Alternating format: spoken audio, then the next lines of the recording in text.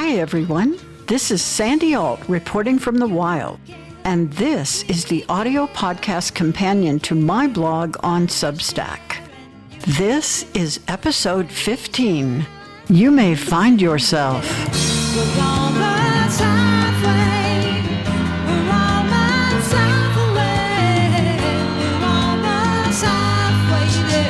Right now, among a host of things in my well-stocked larder, I have an ample supply of coffee and 2 big packages of toilet paper. Years ago, these 2 things used to be significant survival benchmarks when I lived in a cabin in the mountains. With these 2 well-stocked, I could write a book in my typical binge-writing fashion without having to stop and go out for days, weeks even. There was always something around to eat if I foraged through the pantry or the fridge. But if I was deep in a creative streak and ran out of either of these 2 necessities, that would be the coup de grace that would break it, forcing me to throw on my coat over my plaid pajama bottoms or sweats and drive up the mountain to the village store. That same level of preparedness was good if we got 3 feet of snow or lost power for a couple days, as we often did in the backcountry. The worst thing that could happen back then was to look up and find yourself out of one or both of these subsistence items, or firewood. But those were simpler times.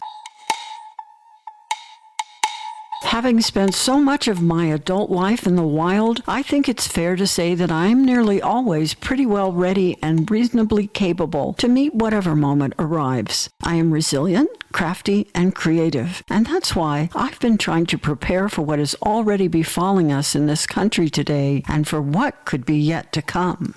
Here's a promise. I'm going to bring you an uplifting and awe-inspiring story from the wild before we are done together here. But first, let's see where we find ourselves now. We are not in an idyllic world where our biggest concern might be running out of coffee or toilet paper and having to break a streak to go out and buy some more. Today, you may find yourself, in the words of the Talking Heads, living in a shotgun shack, and you may find yourself in another part of the world. And that's because we have, in the past 4 months, suddenly found ourselves living in another world, in a shotgun shack of a crumbling democracy ruled by a corrupt cabal of fascists and cruelty addicts, of lawless liars and billionaire power junkies in the throes of achieving full-on authoritarian tyranny. And what we are most in danger of running out of are our rights and freedoms and our democracy. And if we run out of them, we can't just go to the store and buy more. I hope that most of you find yourself done with denial, already joining with others to figure out how to grapple with where we all find ourselves today. I hope you are bringing your full creative imagination and dedication to this moment, because this is not, again, in the words of the Talking Heads, same as it ever was, and it may never again be the same. I was recently invited to speak to a group of retired professional women with an array of impressive backgrounds. They asked what they could do to prepare, to resist, to help. I suggested they connect with and build resources within their home communities, being bold thinking enough to try to anticipate whatever might come. I told them to think of Ukraine. This is how they have survived, at least up to now, by finding ways to teach the children in makeshift classrooms, finding ways for ordinary people everywhere to learn basic medical skills and care for one another, inventing new systems to communicate where networks have been destroyed, employing neighborhood groups to allocate necessities, hosting concerts in subways to bolster hearts and minds, and more. All this, a sort of spontaneous reinvention when their basic systems, supply chains, and safety collapsed. This group of powerful women with whom I spoke just needed their fears and their concerns to be validated, that they might be needed to rebuild and should make ready to do so. Because the thieves and fascists and liars in the administration have already set the charges to demolish the government as we have known it. These greed zombies keep constantly and deliberately moving to disintegrate democracy. They intend to rule over us, to rob the resources and riches that come with the power they continue to seize more of, and to deny us the benefits we have come to rely on while we have lived in a democracy. Medical care, such as it was, education, safety, environmental protections, justice, law and order, support during disasters, reliable communication systems, medical research, libraries, museums, the arts, safe modes of transportation, equality, such as it was, our most beautiful public lands, parks, and monuments that are natural treasures, and a stable economy. You may find yourself believing or hoping that none of the things I've just mentioned will come to pass. You may see them moving to do these things, but you may find yourself believing that someone or something will stop them. You may want to go on with life as if none of the extraordinary things that are happening are real. You may find yourself wondering how you could possibly respond when the world as we know it begins to fall apart. Stay with me just a few minutes more. That story is coming. You may find yourself not fully recognizing where we are today. Or perhaps you do recognize it but don't know what to do. I think we are all with you if that's where you find yourself today. But this is important. We find ourselves being lied to and deceived, so we find ourselves needing to stay alert and to question everything they say, to seek the truth and to be ready to see beyond what is waved in front of us to distract us. Consider the Republicans in Congress. They proceed with the most unpopular and outrageous plans to demolish programs and earn benefits that Americans love and depend upon, as if they will never again have to face their constituents at the ballot box. Consider also that during a campaign event last year, Trump asked the crowd to vote for him just one more time, and in 4 years you don't have to vote again. We'll have it fixed so good you're not going to have to vote. You may find yourself disregarding this or minimizing it as if it was just a host of spineless fools failing to do their jobs in the U.S. House and Senate, and a mindless boast. You may find yourself believing that the next election will restore balance, same as it ever was. But you may soon find yourself unable to vote freely or to have your vote counted fairly. You may find yourself needing a new government document to vote because you changed your name when you got married or for another reason. You may find it questioned even if you can and do provide it. You may find yourself no longer a citizen or on the path to citizenship. You may find yourself, or someone you know, or someone who lives in your community, deported to a concentration camp or prison in a shotgun shack in another world, whether or not you or they are a citizen. Because these things are already happening today, and this is where we find ourselves as a nation. You may find yourself thinking that what the media is focused on is what is real, same as it ever was. For example, they've had a great time following the ups and downs of the tariff spectacle, but consider Starlink and wait, I'll explain how the two connect. You may find yourself believing that Trump's tariff clown show is because he is a bumbling incompetent and is just doing things on a whim. Consider what is not in the headlines. The U.S. has been pushing small nations, poor nations, and even middle-sized nations facing steep tariffs to adopt Musk's Starlink satellite system to get relief from the punishing levies. And next, consider that the Federal Aviation Administration is now saying, without evidence, that current technology poses a risk to air travel safety, so they are adopting Starlink. Consider what Musk did. He moved to cancel the FAA, and his team of data junkies fired air traffic controllers. This is not the same as it ever was. You may find yourself in a world where the information and communications needed for life are controlled by a single system owned by the richest man in the world. And with the flip of a switch, planes could fall from the sky. People could lose touch with one another. Your travel could be restricted or tracked. Emergency systems could fail. Communications could black out, or your communications could no longer be private. You may find yourself in a web controlled by a cabal of evil, and you may find that you have been distracted from this by the charade of tariff jockeying while the real menace was being put in place.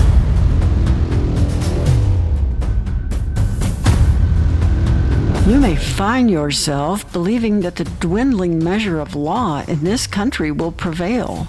The courts are ruling against Trump, but the courts have no enforcers. They have no police force or army. But the Department of Defense does have an army, and consider that the current administration has recently established 2 national defense areas along the U.S.-Mexico border, effectively militarizing long stretches of New Mexico and Texas. The plan is to use the U.S. military as a de facto police force in these regions, creating a fake emergency, laying the groundwork for martial law.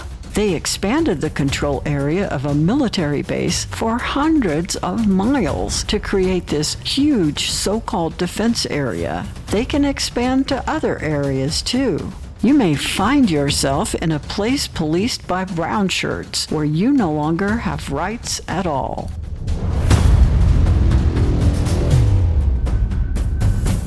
You may find yourself focused on the chaos created when the Doge incels cited a motive to eliminate waste, fraud, and abuse as a pretext for them to bore into all government systems and collect data on every American. Sensitive data, private data, data about our health, our finances, our personal identifiers, and more. But consider the value of that data for controlling us, for finding us if they choose to pursue us, for robbing us of what is ours, for selling information about us to foreign agents or commercial entities. And consider how hollowing out the government and firing all its employees and dismantling its agencies creates control. It sets up need and provides more dollars for the taking by the billionaire thieves at the top. You may find yourself believing that Trump is running the country. All eyes are on him and his antics all the time. Pay no attention to the Project 2025 cabal behind the curtain. Soon, you may find yourself without the retirement or health care benefits you paid into, without vaccines, treatments, or medicines when disease threatens, without a job, yours or someone's in your family, without the assets or investments you earned or set aside, without the protection of the law when you are robbed or raped or grabbed by armed and masked thugs on the street for speaking out or having the wrong color skin or simply being in the wrong place at the wrong time. You may find yourself unable to send your child to a school that teaches the truth, or you may be forced to send your child to one that requires them to pray to a foreign god or to recite false propaganda. You may find yourself unable to speak out, to gather with friends, to move about freely, to have conversations in confidence without being heard by unknown entities. What we are up against is not just on the other side of where we are. It is in our midst. You may find yourself struggling to awaken to how bad things really are and how quickly they can become worse. What will you do? What should we all do? I wish I had a magic prescription. I wish I knew what would stem the tide of evil, break its advance, defeat it before it gets more pervasive. I don't. But as promised, I do have a story from the wild that might give you hope. This time, it is about people I know in a place I love, but it did not happen to me. I am retelling the story as it was told to me and others, as it was reported in the news, and as it was immortalized in a book the community published. In 2013, Colorado experienced an epic flood disaster. Torrential rains fell for 3 weeks. These 1,000-year rainstorms pelted the mountains until the ground became so supersaturated that it felt gelatinous to walk on. The rivers rose and surged out of their banks. The volunteer fire department I have regaled so often in my posts sprang into action. They went on patrol both inside and outside of the valley to warn folks who lived in low places and along the river that wound along beside the county highway. They rescued all those they could, going door to door before the roads began to fall away from the mountainsides. Dams broke, creeks swelled, the river turned to roaring whitewater, and the county highway running up and down the mountainside from the flats below to the national park above crumbled on either side of the valley, and whole sections of it washed over the slope, making the only way in and out of our home community impassable.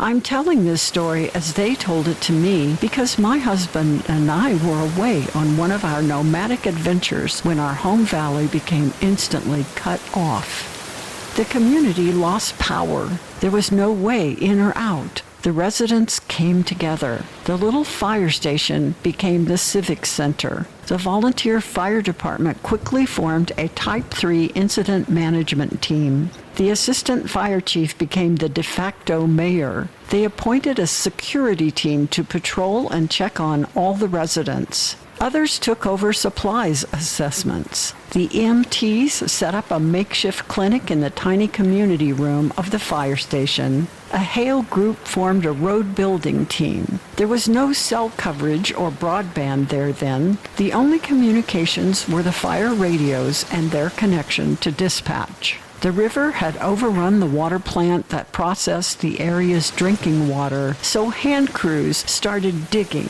and after days and days of relentless and arduous work, they managed to muck it out. With no electricity, many residents initially pooled food. Most kept a deep pantry of non-perishables, so no one went hungry. The little restaurant at the center of the valley had deep walk-ins that were thermally insulated by the building's construction in the side of a slope. The stores there and those brought by others provided some community meals for a time. No one imagined this scenario could go on and on for weeks, even months, before access in and out would be restored.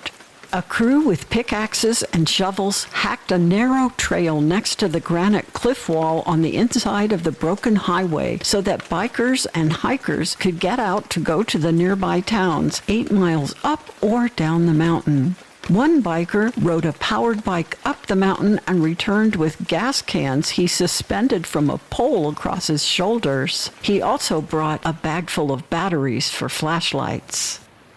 When some residents began to run out of blood pressure medicine and other needed pharmaceuticals, a firefighter took a four-wheeler over rugged terrain to a nearby mountain hamlet to get some animal meds from a rural vet.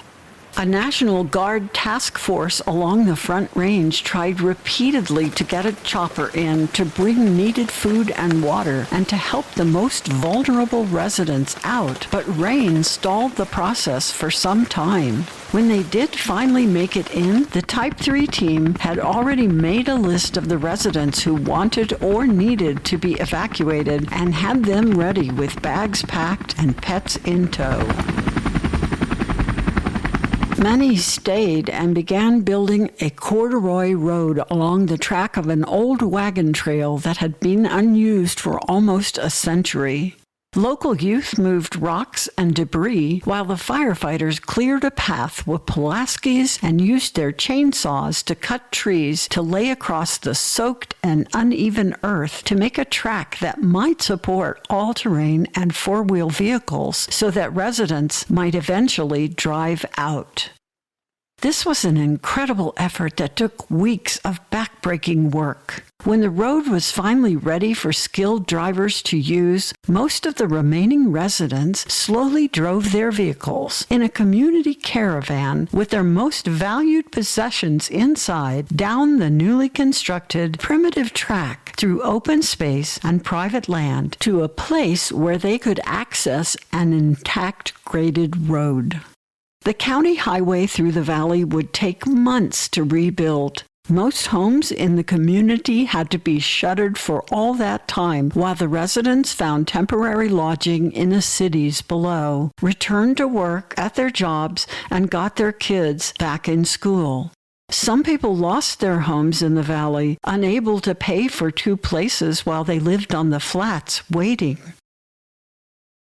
But those who stayed and those who returned months later when the county highway was open to through traffic again had a powerful sense of community and pride and the knowledge that they could find a way to survive and to care for themselves and one another together, no matter what.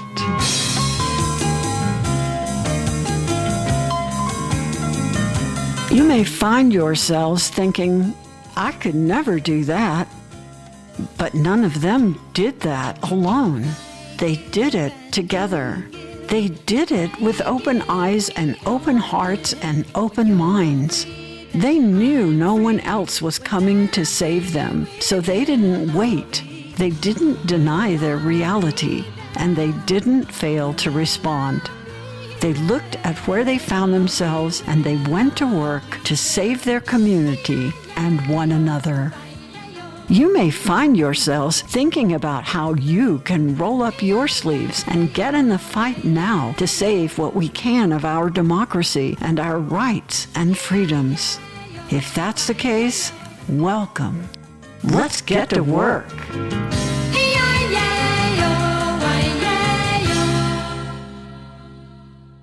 This has been Sandy Alt reporting from the wild.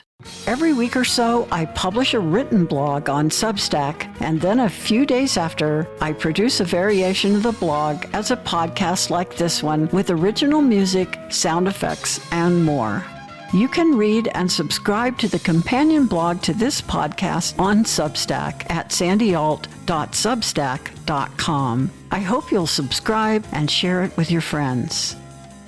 A few lines here are quoted from a song by the Talking Heads called Once in a Lifetime. Look for it wherever you get your music. You may find yourself rocking out to its irresistible beat. And if you want more stories from the wild, look for my Wild Mystery series in book, audiobook, and ebook. You can start with any book in the series and go wild.